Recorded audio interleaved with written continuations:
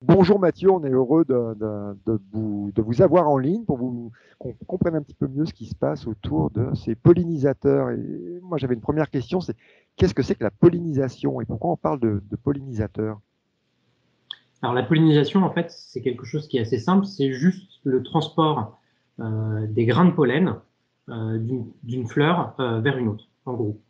La pollinisation, c'est véritablement le transport. La plupart du temps, les gens confondent pollinisation et fécondation. Alors, il faut juste comprendre quelque chose, c'est que les plantes, elles ne peuvent pas bouger. Donc, au fur et à mesure de l'évolution, pendant les millions d'années qu'ont connu les plantes d'évolution, eh ben, il y a une solution qui a été trouvée qui fonctionne bien, c'est le fait de pouvoir euh, transporter des petits morceaux d'une plante vers une autre, qui sont donc des grains de pollen. Les grains de pollen sont produits par la partie mâle de la fleur. Il faut rappeler que les fleurs, ce sont les organes sexuels de la plante.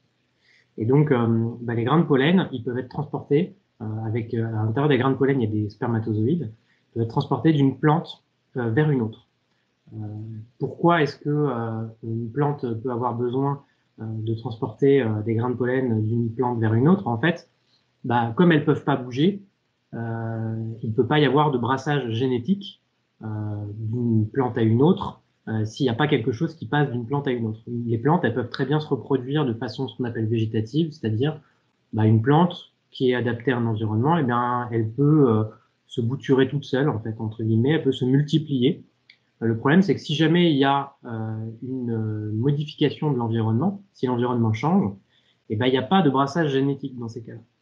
Donc, c'est pour ça notamment que les organismes vivants se reproduisent et il y a ce qu'on appelle une fécondation, donc un échange d'informations génétiques entre deux organismes. Et ben, au fur et à mesure de l'évolution, les plantes, elles ont développé des fleurs avec des parties mâles et des parties femelles. Et la partie mâle produit ce qu'on appelle des grains de pollen. À l'intérieur de ces grains de pollen, il y a des spermatozoïdes.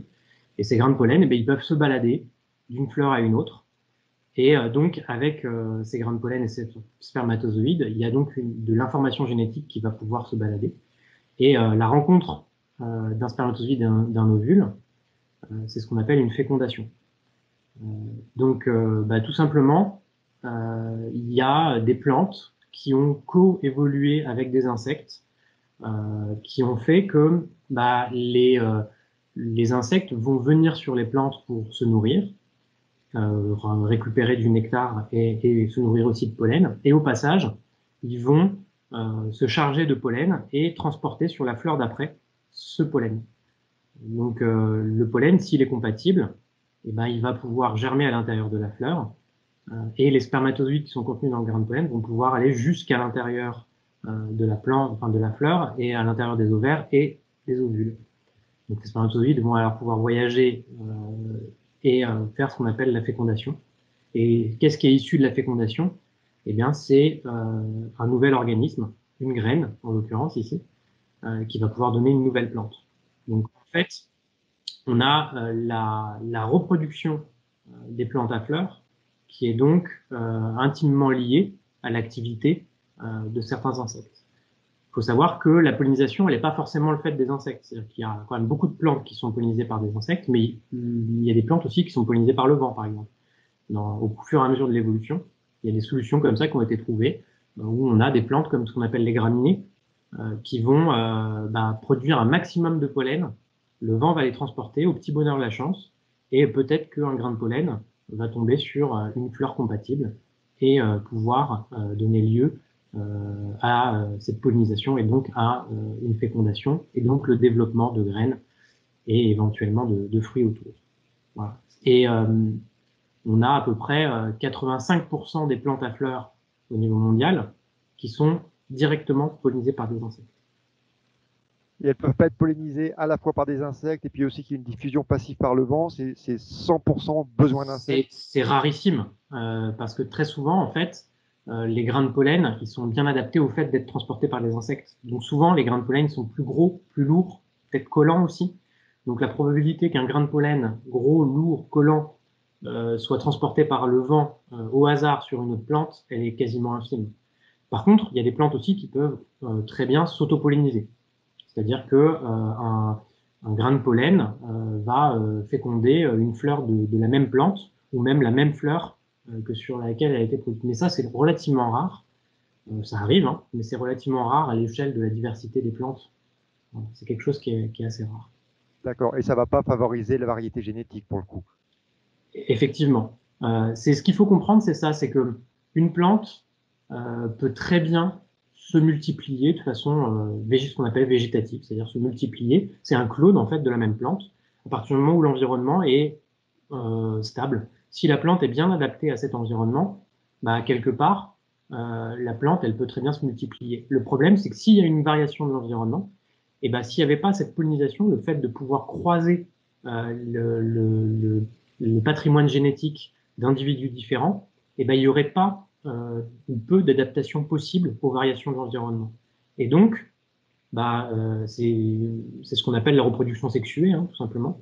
Et cette reproduction sexuée, vu qu'il va y avoir des mutations dans toute reproduction sexuée, il y a des mutations, forcément, et ben, ces mutations vont pouvoir permettre une adaptation à l'environnement. En fait, c'est tout simple, c'est que les mutations, quand elles arrivent, elles peuvent être létales, c'est-à-dire elles vont induire la mort de l'organisme. Dans ces cas-là, évidemment, il n'y a pas d'organisme qui survit, donc bah, il n'y a pas d'adaptation possible. Par contre, ces mutations, elles peuvent être non létales et elles peuvent donner un avantage. C'est-à-dire, moi, je prends souvent un exemple alors c'est plutôt sur des animaux que je le prends souvent, mais si je prends l'exemple d'un éléphant, d'une éléphante qui donnerait naissance à un petit éléphanteau, au fur et à mesure, dans la reproduction sexuelle, il y a eu des mutations. Et s'il y a une mutation, par exemple, qui donne plein de poils à l'éléphanteau, eh ben, l'éléphanteau, il naît avec tout plein de poils. Sauf s'il naît dans un environnement dans lequel il fait très très très chaud, cette mutation qui arrive au hasard, eh ben, elle va plutôt donner un désavantage à l'éléphanteau. Et donc l'éléphanteau, il va plutôt moins bien réussir à se reproduire et moins bien transmettre cette mutation à sa descendance. Par contre, s'il fait très très très froid dans l'environnement dans lequel il naît, et ben cette mutation survenue au hasard va lui offrir un avantage adaptatif, va lui permettre de mieux survivre et va lui permettre tout simplement, éventuellement, de mieux transmettre, de mieux se reproduire et de mieux transmettre cette mutation à sa descendance. Donc l'évolution, ça marche comme ça. Ça marche par des mutations survenues au hasard et après une sélection par l'environnement. Et donc c'est la même chose pour les plantes. Euh, Admettons qu'une plante se reproduise de façon végétative, donc sans reproduction sexuée, il y a peu de mutations ou pas de mutations qui arrivent, donc il n'y a pas d'adaptation possible à l'environnement. Le fait d'avoir cette reproduction sexuée par le transport de grains de pollen et cette pollinisation fait qu'il peut y avoir une adaptation à l'environnement. D'accord. Et donc les plantes auraient évolué, leur environnement présentant des insectes autour d'elles, certaines plantes auraient évolué pour transporter leur pollen de façon plus efficacement en utilisant ces insectes-là. Alors, je mettrai une nuance, il n'y a pas de pour, en fait. Il n'y a pas de finalité là-dedans. Oui, bien C'est-à-dire sûr. que ce sont des choses qui sont arrivées au hasard et qui ont été sélectionnées du fait que c'était efficace. Mais il n'y a pas de volonté particulière des plantes de faire en sorte de se faire transporter leur pollen. Ce sont des millions d'années d'interaction entre des plantes et des insectes, avec des mutations survenues au hasard qui ont fait que, voilà, on peut très probablement se dire que bah, des mutations survenues sur des plantes qui avaient des fleurs, il y a eu l'apparition de nectar, des choses qui sont arrivées vraiment au hasard. Donc en fait, les fleurs qui ont produit du nectar de façon complètement hasardeuse bah, ont été plus visitées par des insectes qui venaient se nourrir. Et donc leur pollen était mieux transporté de plante en plante. Et donc ça leur permettait une meilleure adaptation. Et donc c'est une solution qui a été sélectionnée par l'environnement. Voilà. Mais dans le langage, en fait, il faut faire attention parce que c'est un biais qu'on a tous, c'est tout à fait normal. Hein. Mais voilà, on a souvent tendance à dire que les choses ont évolué pour. Non, les choses n'ont pas évolué pour, les choses ont évolué de façon complètement hasardeuse. C'est pas simple, notamment en tant que médiateur scientifique, je sais que on a créé une exposition sur les insectes, justement, on a une maison des insectes en région parisienne. On a créé une exposition permanente sur les insectes avec des insectes vivants. Et on a fait justement beaucoup attention à ces choses-là, parce qu'en tant que médiateur scientifique, on a souvent tendance à dire, se regarder cet insecte, il ressemble à un bâton pour éviter de se faire manger. Non, c'est le fait qu'il était moins mangé par d'éventuels prédateurs qui fait que cette forme a été sélectionnée parce qu'il a plus facilement pu se reproduire. Désolé pour cette petite aparté, mais ça me Non, non, paraît. c'est une aparté en fait essentielle. Donc, je pense que c'est nickel, au contraire. C'est très, très bien dit et très clair. Alors, comme pollinisateur, tout le monde connaît les abeilles domestiques, hein, on en parle souvent. En fait, il n'y a pas que les abeilles domestiques qui servent à polliniser les plantes. Alors oui, effectivement, on entend souvent l'abeille domestique ou l'abeille, hein, quand vous entendez quelqu'un qui vous dit que la pollinisation, c'est l'abeille. Il y a un biais qui est assez important, c'est qu'effectivement, c'est une espèce, l'abeille mellifère, l'abeille domestique, c'est une espèce qui est élevée par l'homme, comme des vaches ou des cochons, hein, de la même façon. La différence, c'est qu'elle revient souvent, quand même assez régulièrement à l'état sauvage, même si elle ne persiste pas véritablement dans le milieu naturel, a priori. Mais c'est une espèce qui est élevée pour les produits de la ruche, notamment, donc pour le miel, la propolis, etc. Mais c'est clairement pas le seul pollinisateur qui existe. En gros, en France métropolitaine, on estime qu'il y a à peu près 1 millier d'espèces d'abeilles. L'abeille mellifère, c'est une espèce, avec des races sélectionnées, comme on a des cochons ou des vaches sélectionnées dans différentes régions. On a la même chose pour le cas de l'abeille domestique, c'est toujours la même espèce, mais avec des races différentes. Et donc, il y a à peu près 1 millier d'espèces d'abeilles en France, sauvages, pour la plupart qui sont solitaires, donc qui fabriquent pas de ruches, qui fabriquent pas de miel, enfin, qui ne vivent pas dans des ruches, pardon. La ruche, c'est quelque chose qui est fabriqué par l'homme pour abriter les colonies, mais en tout cas qui ne vivent pas en colonie.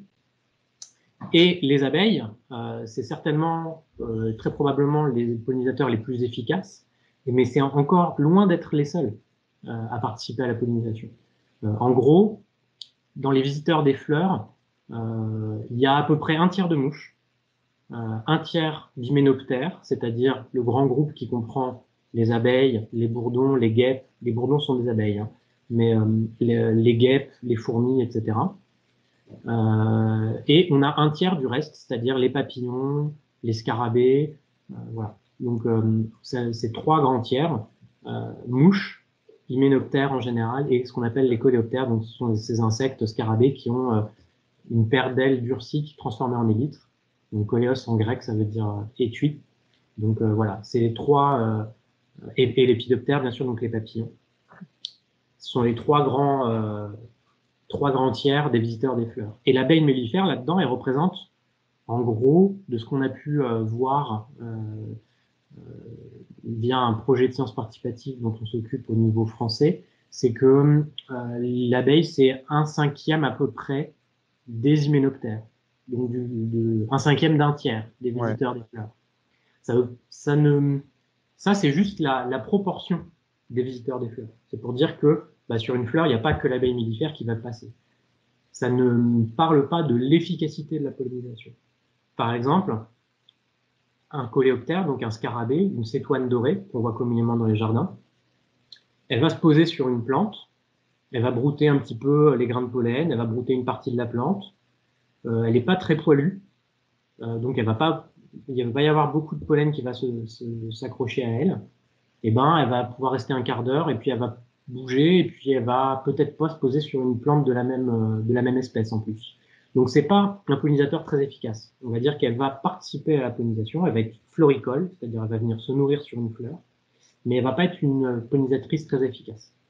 Par contre, une abeille, mellifère ou éventuellement une abeille solitaire, hein, parce qu'il y a beaucoup d'abeilles solitaires et sauvages, elle va nourrir ses larves de pollen qui sont pleins de grains de pollen qui sont pleins de protéines, et elle-même va se nourrir aussi de nectar, qui est plein de sucre.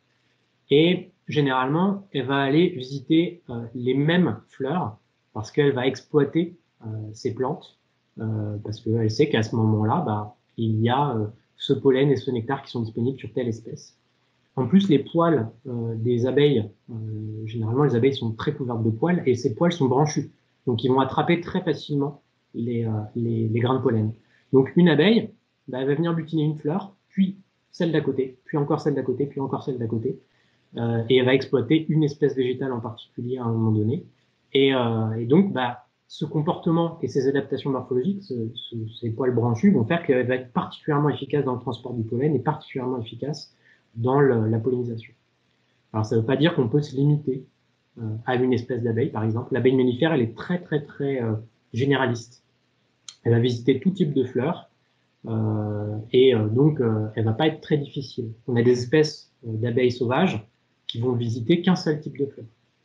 Et donc, ces abeilles sauvages qui vont visiter qu'un seul type de fleurs, bah, parfois elles vont avoir besoin de visiter 1000 fleurs de la même espèce pour pouvoir pondre un œuf et avoir la quantité de nourriture suffisante pour pouvoir faire en sorte que l'œuf donne une petite larve qui donne de nouveau une abeille.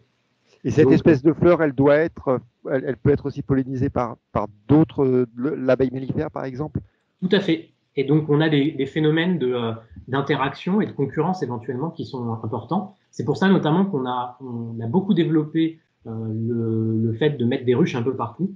La pollinisation par les abeilles mellifères est importante, hein, on ne le nie absolument pas, mais il ne faudrait pas arriver à un système où on ait des ruchers très très très importants, avec une grande quantité de ruches sur le même site, parce qu'après, on arrive à une saturation quelque part. La quantité de fleurs sur un site, elle n'est pas illimitée. Donc si on apporte 150 ruches sur un site, 150 ruches, il y a probablement au plus fort de la saison 40 000 individus qui sortent pour aller chercher du nectar et du pollen. Je vous laisse imaginer la quantité de plantes qui sont visitées par ces abeilles, qui sont très compétitives, qui sont très costaudes, qui vont aller bousculer les autres.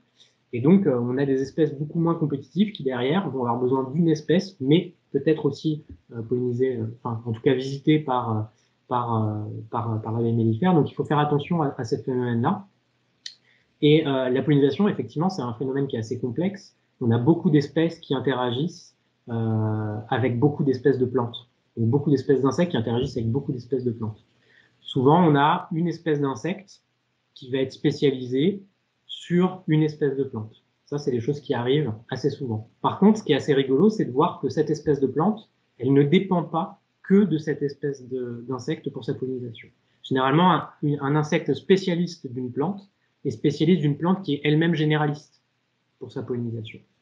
Et à l'inverse, les plantes qui sont spécialisées sur une espèce d'insecte, c'est-à-dire qu'ils vont avoir besoin d'une espèce d'insecte pour leur pollinisation en particulier, ben, ils sont spécialistes d'un insecte qui, lui, est généraliste pour la visite des fleurs. Ce qui fait qu'on a une spécialisation croisée comme ça, qui fait notamment que les écosystèmes sont relativement stables. Imaginez un écosystème dans lequel chaque espèce de plante ne serait dépendante que d'une seule espèce d'insecte. Si l'espèce de plante disparaît, l'insecte disparaît. Si l'espèce d'insecte disparaît, la plante disparaît. Ça, c'est quelque chose qui est relativement rare dans la nature, qui arrive, une espèce de plante spécialiste d'un insecte spécialiste de cette plante même, mais c'est assez rare. À l'arrivée, c'est ce que je vous dis, c'est qu'on a des spécialisations croisées, des insectes spécialistes de plantes généralistes pour leur pollinisation, et des plantes spécialistes d'un insecte pour leur pollinisation, mais ces insectes sont eux-mêmes généralistes.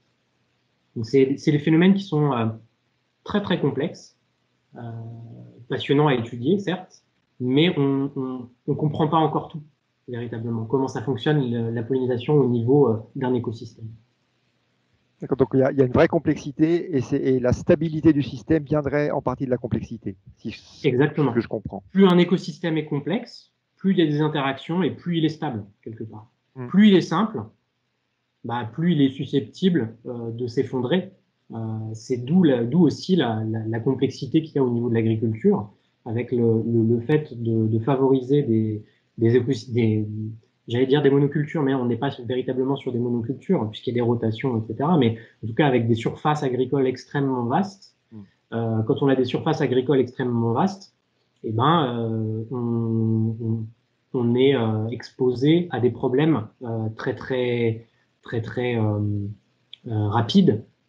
Si un agriculteur a 200 hectares de blé, s'il y a un problème sur le blé, bah, voilà, c'est très compliqué à gérer.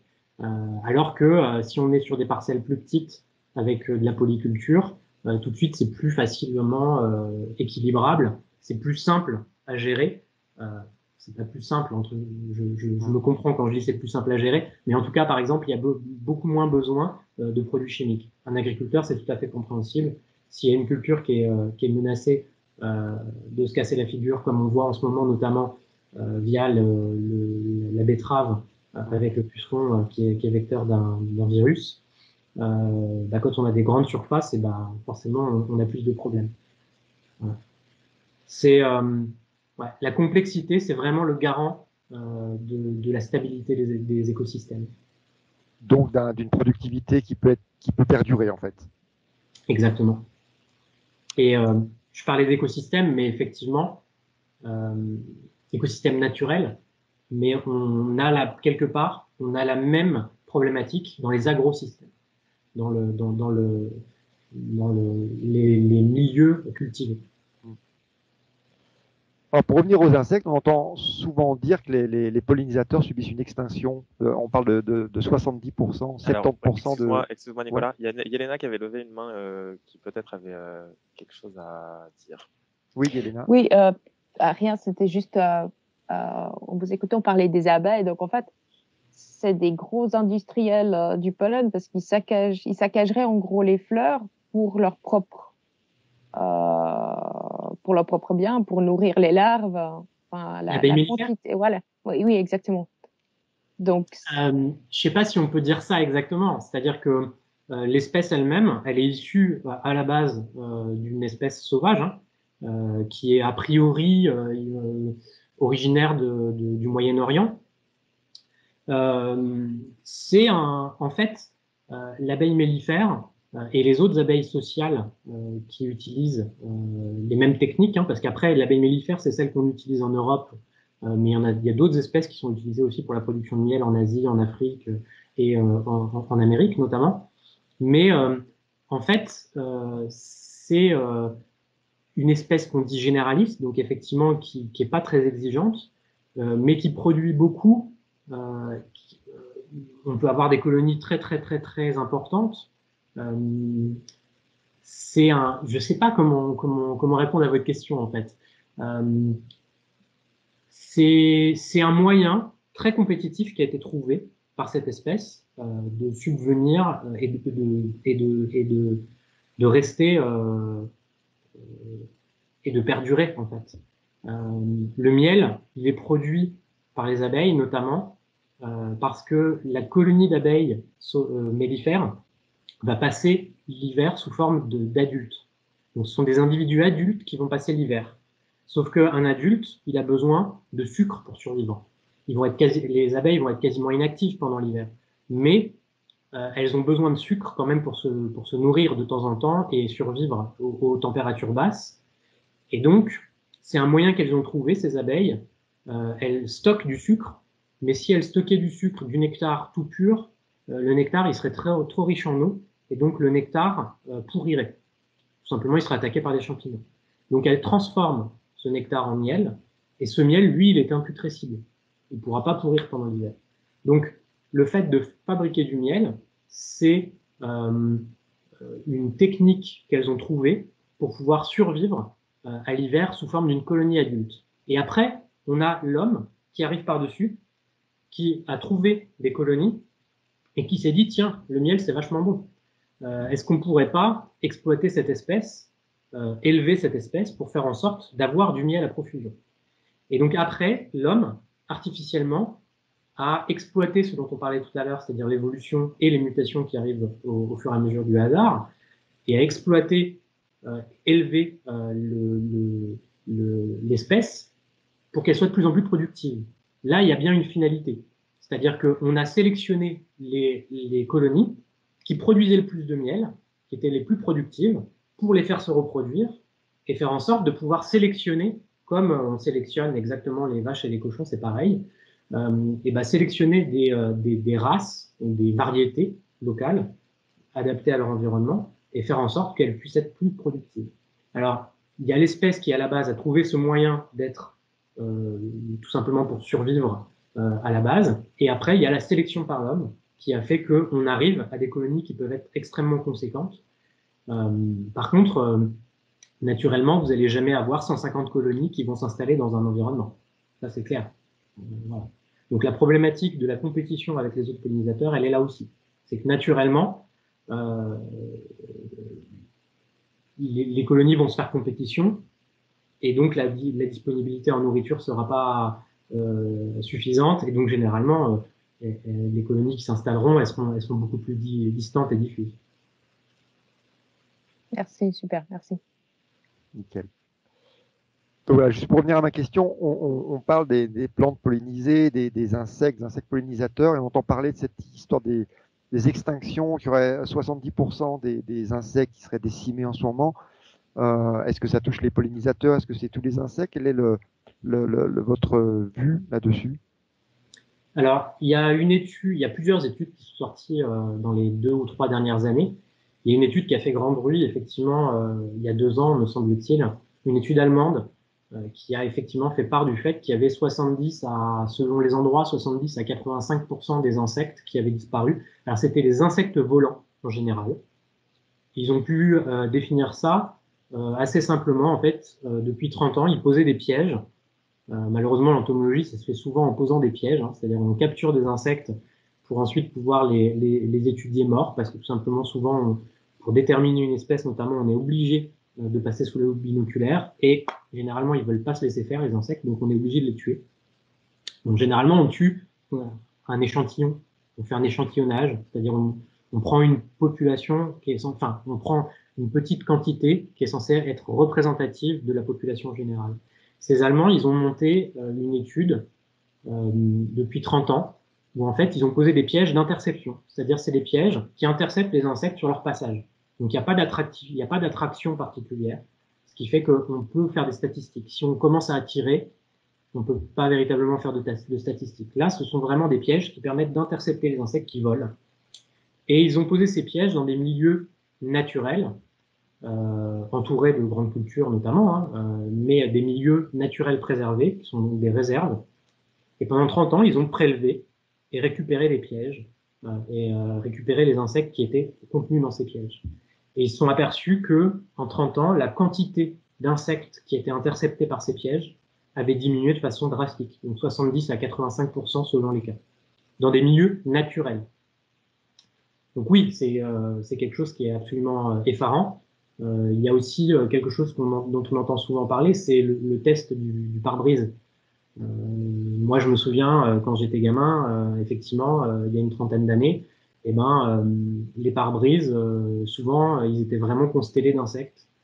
Aujourd'hui, on peut traverser la France entière du nord au sud, quasiment sans avoir une bestiole écrasée sur son pare-brise. Alors, ça dépend des périodes, il y a beaucoup de variabilité, hein, évidemment. Si à un moment donné, vous croisez un endroit particulier, vous pouvez avoir beaucoup d'insectes, mais en moyenne, voilà, effectivement, on croise beaucoup moins d'insectes. C'est pas quelque chose qui est perceptible à l'échelle d'un individu la plupart du temps. On s'habitue, c'est-à-dire que quand on va à l'extérieur, bah, la quantité qui diminue d'année en année, c'est pas un bond d'un coup, c'est des choses qui se produisent assez graduellement, ce qui fait qu'on s'habitue. Et moi-même, en tant que naturaliste, je suis naturaliste depuis mon plus jeune âge, hein, depuis que je suis tout enfant, j'ai dû réfléchir à cette question-là et me dire, mais oui, effectivement, par rapport au moment quand j'étais gamin, je vois effectivement moins de bestioles. Moi, j'avais un point de repère qui était assez simple. Chez mes grands-parents, on avait une cave dans laquelle, à l'automne, venaient se réfugier des papillons pour passer l'hiver. Et quand j'étais tout enfant, j'avais beaucoup de petites tortues, donc ce sont des papillons, des petits papillons colorés qui venaient se réfugier, et une fois de temps en temps un pan du jour. Et on avait des ribambelles comme ça de papillons qui étaient sous les poutres. Et puis au fur et à mesure des années, il y en avait de moins en moins, et la composition a changé. En plus, la petite tortue est devenue beaucoup plus rare, et puis le pan du jour est devenu beaucoup plus présent. Et puis au bout d'un moment, il y en avait vraiment plus beaucoup. Là, j'avais un point de repère, mais c'est des choses qui sont assez difficiles quand on va juste se balader à voir. Ouais, c'est quelque chose, en tant que naturaliste, on le voit, C'est compliqué à étudier si on n'a pas un système d'échantillonnage dont je vous parlais comme tout à l'heure, c'est-à-dire un système de piégeage, par exemple. C'est assez compliqué à étudier.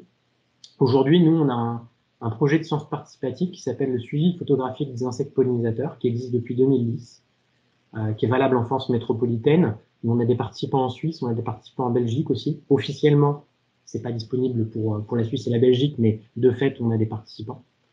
Donc, on demande aux gens de choisir une espèce de plante en fleurs et de photographier tous les insectes qui vont passer dessus pendant 20 minutes précisément. En faisant ça, on a un échantillonnage, mais qui n'est pas létal, c'est-à-dire qu'on ne va pas tuer les animaux. Donc maintenant, on a 10 ans de recul. On commence tout juste à pouvoir exploiter les données sur l'aspect quantité, diversité, puisque il faut faire une nuance entre les variations qu'il peut y avoir d'une année sur l'autre. Très naturellement, les populations d'insectes peuvent varier de 80% d'une année sur l'autre. Il suffit qu'il y ait une météo, il suffit qu'il y ait une météo favorable ou défavorable, et les populations peuvent se casser la figure littéralement très rapidement, mais augmenter de façon considérable l'année d'après. C'est comme la météo en fait. Vous voyez la nuance avec la météo. On parle de météo. Il peut y avoir une année très froide. Une année, c'est exceptionnel, mais ça reste une année exceptionnelle. C'est un accident. C'est pas pour ça qu'on peut pas dire qu'il n'y a pas un réchauffement climatique. Quand Trump dit regardez, il fait très froid cette année, ce qu'il faut regarder, c'est pas il fait très froid cette année, c'est les températures moyennes sur 20 ans ou 30 ans. Est-ce qu'elles augmentent ou est-ce qu'elles diminuent? Pour les insectes, c'est pareil. Une année exceptionnelle pour les insectes fait pas le climat entre guillemets des insectes et la tendance générale. Ce qu'il faut regarder, c'est sur 20 ou 30 ans, qu'est-ce qui va se passer? Est-ce que les populations diminuent ou est-ce qu'elles augmentent? C'est la même nuance que pour la météo et le climat. Le climat, c'est ce qui se passe sur 20 ou 30 ans. La météo, c'est ce qui se passe d'année en année avec des accidents qui peuvent être pris en compte. Et pour les insectes, aujourd'hui, le projet dont je vous parlais, la Spipol, on commence tout juste à avoir un jeu de données assez conséquent pour commencer à parler, entre guillemets, climat, tendance générale. Je vous cache pas que on sait ce qui se passe véritablement. Les populations d'insectes se cassent la figure, c'est absolument indéniable. Les populations de pollinisateurs, on n'a pas de données précises pour l'instant. On sait, en France en tout cas, on sait qu'il y a certaines populations de certains insectes qui se cassent la figure. Les papillons, on sait très bien que les papillons de prairie, en France métropolitaine, les populations ont diminué d'un, je ne sais plus si c'est 1 ou 2 tiers en 30 ans. Ce sont des chiffres tout à fait classiques. Sur certaines abeilles, pareil, on sait aussi qu'il y a une mortalité importante sur l'abeille mellifère. C'est très simple. Pour l'abeille mellifère, il suffit que les apiculteurs ouvrent leur ruche et qu'ils sachent si la colonie a passé l'hiver ou pas, le nombre de colonies qu'ils arrivent à conserver, etc. Pour les insectes sauvages, c'est beaucoup plus compliqué. Mais on connaît la tendance. Après, ce qu'il y a, c'est qu'il faut réussir à conforter cette connaissance qu'on a par des résultats scientifiques concrets. Tous les résultats scientifiques qui sortent aujourd'hui, quasiment, montrent la même chose. C'est qu'on a des populations d'insectes qui se cassent la figure de façon assez dramatique. Et est-ce qu'il y a des insectes qui prennent la place? Est-ce que donc en global tout va descendre? Est-ce qu'il y a des insectes qui justement il y a des places qui sont libérées? Est-ce qu'ils vont croître? Est-ce qu'on va un changement dans les motifs de type d'insectes qui sont dans nos campagnes? Oui, tout à fait. C'est tout à fait classique d'un point de vue écologiste. C'est-à-dire ce qu'on appelle, je vais utiliser un terme un peu barbare, mais je vais vous l'expliquer, c'est ce qu'on appelle une homogénéisation biotique. C'est-à-dire qu'en gros, plus on va avoir, souvent c'est lié à la simplification des habitats. En gros, la première cause de destruction des espèces, c'est la destruction de leur habitat. Une espèce, si elle a plus son habitat, elle peut plus vivre. Si vous simplifiez, par exemple, vous avez un paysage de bocage avec des haies, avec des prairies, etc. Vous simplifiez ce paysage de bocage et vous mettez à la place une grande monoculture, enfin une culture avec des champs à perte de vue. Vous simplifiez le milieu et donc vous avez toutes les espèces qui étaient spécialisées de petits habitats, des cavités, des vieux arbres qu'il y avait, de certaines haies, de talus, etc., qui sont spécialisés sur ces habitats-là. Comme l'habitat n'existe plus, elles n'existent plus, ces espèces-là. Ou en tout cas, elles disparaissent purement et simplement. À la place, on va avoir des espèces qui, elles, sont beaucoup plus généralistes, ce qu'on appelle ubiquis, c'est-à-dire qu'ils vont réussir à s'adapter à plein de conditions différentes, qui vont prendre la place des autres. Donc tous les spécialistes vont disparaître et on va avoir des espèces dites généralistes ou ubiquis qui vont tout simplement réussir à s'installer. On observe ça très classiquement pour les oiseaux et évidemment c'est la même chose pour les insectes. Donc les abeilles qui sont plutôt des pollinisateurs généralistes, est-ce qu'ils sont plutôt favorisés par rapport aux sauvages? Les abeilles alors l'abeille mellifère, il faut voir aussi qu'il y a un biais qui est important, c'est que comme elle est élevée par l'homme, elle est implantée aussi par l'homme. C'est-à-dire que dans un milieu dans lequel on a dont je parlais tout à l'heure, des grands champs, généralement, on va avoir un apiculteur dans le coin qui va mettre des ruches. Donc quelque part, c'est l'homme qui va favoriser aussi sa présence. Mais en tout cas, oui, il y a des espèces d'abeilles qui sont plus généralistes que d'autres, qui vont réussir à plus facilement tirer leur épingle du jeu. Il y a aussi quelque chose qu'on a montré, alors c'est plutôt sur l'aspect urbanisation. Mais l'urbanisation, ça agit pareil, c'est-à-dire c'est une simplification des milieux pour le coup, où on a quasiment plus de milieu de vie pour les insectes. Grâce au SPIPOL, notamment, au suivi photographique d'insectes pollinisateurs, on a pu montrer que les villes agissaient comme un filtre sur les populations d'insectes.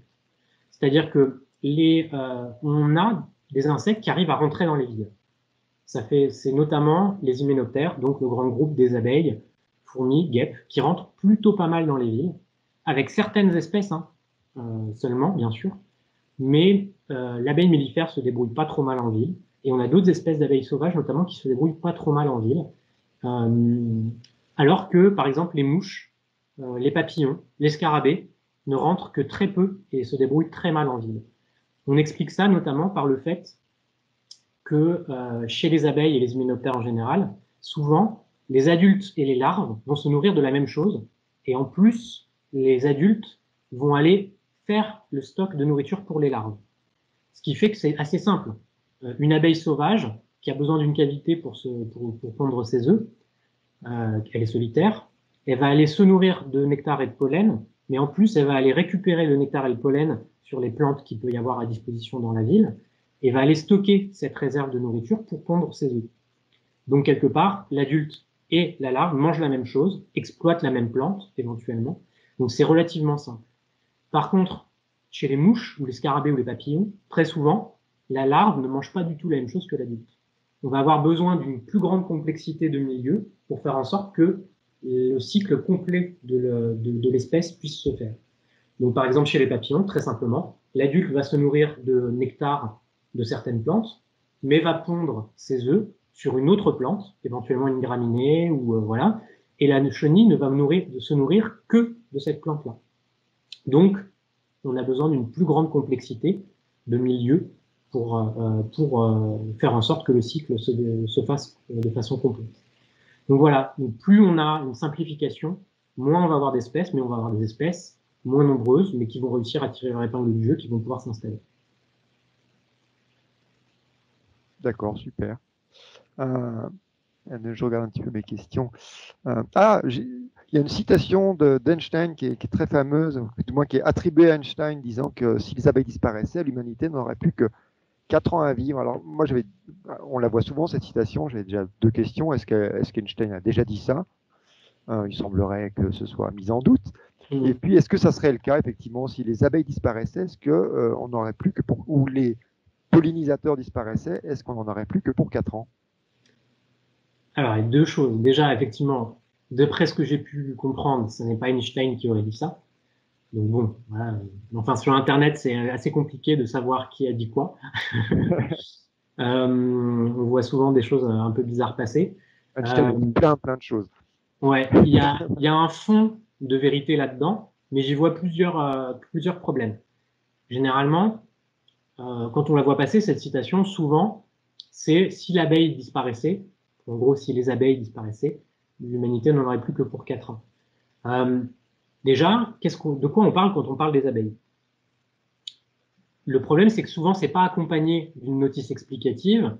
Et dans la tête des gens, si vous allez faire un micro-trottoir dehors, là, vous demandez quels sont les insectes qui sont des pollinisateurs, vous allez avoir les abeilles. Et si vous creusez un petit peu avec ces gens-là, ils vont vous dire l'abeille domestique. En tout cas, l'abeille mellifère. Parce que dans la tête des gens, il n'y a que l'abeille mellifère. C'est quelque chose qui est ancré. C'est un insecte qui est présent dans notre culture et qui est là. Et depuis quelques années, on voit qu'il y a de la pédagogie sur le fait qu'effectivement l'abeille mellifère n'est pas la seule. Mais dans la tête des gens, ça reste quand même l'insecte qui pollinise. Si l'abeille mellifère disparaissait, si je veux me faire un petit peu l'avocat du diable, l'abeille mellifère disparaîtrait demain, bon, ce serait pas un drame. Parce qu'aujourd'hui, ce que je vous disais, c'est que dans le cas du Spipol, par exemple, eh bien, on observe que l'abeille mellifère, elle est présente dans 41% des collections, c'est-à-dire des tranches de 20 minutes de vie des plantes. Donc, quand on va voir sur une plante, on a en gros 4 chances sur 10 de croiser une abeille mellifère sur n'importe quelle plante, hein, en fleurs, à l'extérieur. Je pense que c'est vraiment une statistique à l'emporte-pièce. Donc, c'est à la fois très important et à la fois pas grand-chose. C'est-à-dire que c'est un pollinisateur qui est extrêmement généraliste, on le croise énormément, et en même temps, bon, il y a quand même énormément d'autres insectes qui participent à la pollinisation. Donc déjà, quand on dit de l'abeille, il faudrait savoir de quoi on parle exactement. Si on parle que de l'abeille mellifère, pas véritablement. Si on parle des insectes pollinisateurs en général, oui, là, on aurait des soucis à se faire. Ce qui me pose aussi question, c'est que si l'abeille mellifère disparaissait demain, est-ce que ce ne serait pas aussi l'indicateur du fait que d'autres insectes disparaissent aussi en masse? Comme je le disais, hein, l'abeille mellifère, une espèce élevée par l'homme. Effectivement, si on n'arrive plus à élever l'abeille mellifère, peut-être que c'est qu'il y a de gros problèmes ailleurs et que l'abeille mellifère peut très bien être utilisée en porte-étendard, entre guillemets, des pollinisateurs en général. Mais bon, effectivement, il ne faut pas oublier les autres pollinisateurs.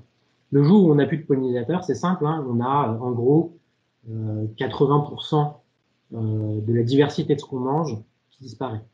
Pas le tonnage, hein, le pourcentage de diversité. C'est-à-dire qu'aujourd'hui, l'alimentation, vous êtes certainement beaucoup mieux placé pour le dire que moi, mais il me semble qu'en gros, en tonnage, 75% de ce qu'on mange, ce sont des graminées. Donc, du blé, du riz, etc. Ce sont donc des plantes dont la pollinisation dépend essentiellement du vent. Et puis, dans la plupart du temps, dans l'alimentation, elle dépend même plus du vent, puisque de toute façon, c'est des productions de semences qui sont faites de façon industrielle. Et par contre, 85% de ce qu'on mange de la diversité, donc tout ce qui fait un petit peu qu'un repas est sympa, manger des pâtes c'est bien, mais manger des pâtes avec de la sauce tomate, des oignons, voilà, c'est mieux, c'est plus agréable. Donc bah, tout ce qui est tomates, fruits et légumes, hein, ce qu'on appelle fruits et légumes en général, et même quelque part de façon un peu indirecte aussi la viande. Bon, bah, il va y avoir une importance de la place des insectes. Vous ne pouvez pas manger de tomates, vous ne pouvez pas manger de cerises, vous ne pouvez pas manger d'aubergines, vous ne pouvez pas manger de poires, de pommes, etc., etc., s'il n'y a pas l'intervention d'insectes. Il y a des limitations à ce que je dis, hein, encore. Il y a la tomate qui s'autopollinise pas mal du tout. Il y a des variétés de certains fruits qui s'autopollinisent aussi. Mais en tout cas, si on veut que les espèces, les variétés puissent perdurer dans le temps, il est important de pouvoir aussi faire cette pollinisation. Et si on se met à polliniser à la main, bon, on sera plus sur les mêmes prix au niveau d'alimentation. Au passage, j'en profite pour vous signaler que les photos qu'on voit parfois de zones en Chine où les gens pollinisent à la main, il y a effectivement apparemment un endroit en Chine où il y a eu de gros soucis du fait de l'utilisation massive de pesticides et donc de la disparition d'insectes. Mais les photos qu'on voit souvent tourner en disant qu'effectivement ils sont obligés de polliniser à la main, c'est souvent fait pour de la sélection variétale. C'est-à-dire que pour sélectionner le pollen qu'on va mettre, pour pouvoir être rigoureux dans la sélection de la variété qu'on va cultiver, on fait cette pollinisation à la main. Donc, quelque part, il y a un fond de vérité, mais les photos qui sont utilisées, généralement, sont pas des photos qui sont véritablement prises dans le bon contexte. Si vous voulez avoir cette variété de cerises-là précisément pour votre production, pour ensuite pouvoir avoir cette variété-là qui se développe, et ben vous allez chercher le pollen sur le bon arbre, sur la bonne fleur, et vous le déposez sur la bonne fleur, pour éviter éventuellement que des insectes transportent du pollen d'une autre variété et donc polluent quelque part votre variété que vous voulez favorisé. Il faut faire attention un petit peu à ce qu'on voit effectivement sur les notes. Faire attention à beaucoup de choses qu'on peut voir à droite à gauche. Donc, ce que je retiens, c'est qu'en fait, sur la citation d'Einstein, c'est qu'en fait, on pourrait dire que si les pollinisateurs disparaissaient, on aurait un régime, on ne disparaîtrait pas, mais ça serait bien plus triste pendant les repas. Certes, le côté alimentation, effectivement, ce serait très triste, mais je suis pas sûr qu'en dehors de ça, si les pollinisateurs disparaissaient, les insectes pollinisateurs, ils interviennent au niveau de la pollinisation, ok, mais ils sont pas présents que pour ça, entre guillemets, même s'il n'y a pas de finalité là-dedans, mais les oiseaux, par exemple, si vous n'avez plus de pollinisateurs, la place des oiseaux, elle va être fortement compromise, hein, parce que les oiseaux nourrissent leurs jeunes et se nourrissent eux-mêmes en grande partie d'insectes. Les pollinisateurs font partie, ont une quantité tout à fait non négligeable rien que de la biomasse, hein, ce qu'on appelle la biomasse, c'est-à-dire la quantité de vie qu'il peut y avoir. Si les insectes pollinisateurs disparaissaient, je pense que les oiseaux sauvages seraient pas très très loin derrière, parce qu'ils pourraient plus se nourrir. Pour moi, si les insectes pollinisateurs disparaissaient, on serait face à une catastrophe majeure, qui serait un effondrement global de la biodiversité et un effondrement de plusieurs fonctions, qu'on appelle plusieurs fonctions écosystémiques. La pollinisation, c'est ce qu'on appelle une fonction écosystémique. En gros, c'est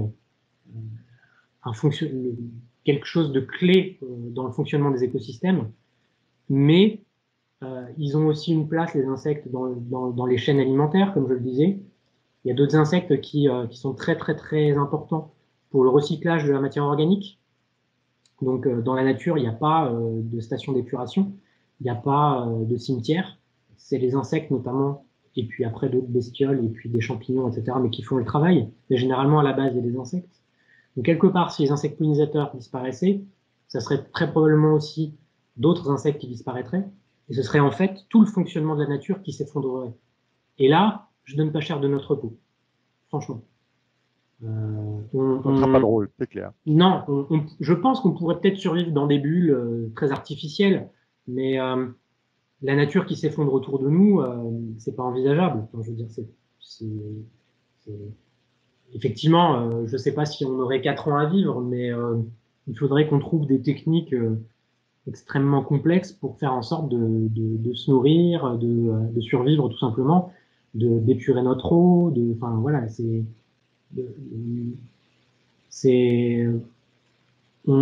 nous sommes une partie de la biodiversité, et si toute la biodiversité autour de nous s'effondre, notre vie sera plus compliquée. Donc cette petite partie de la biodiversité qui sont les insectes, notamment les insectes pollinisateurs, donc qui sont un peu autour de nous, qui sont là sans qu'on. C'est pas une petite partie, hein, je vous coupe, excusez-moi. Non, je sais bien. La biomasse, c'est même majoritaire. Dans notre ressenti, en fait, ils sont essentiels. Ça fait partie de ces petites bêtes qui sont essentielles au fonctionnement de tout le système dans lequel on vit. Exactement. On a l'impression qu'on peut très bien vivre sans les insectes, et les gens, c'est compréhensible, hein, vous vivez en ville, vous dites, mais moi je vis sans problème sans les insectes. Sauf que non, dès que vous commencez à regarder tout ce qu'il y a autour de vous, et même votre alimentation, on ne serait pas là sans les insectes, tout simplement. Hein.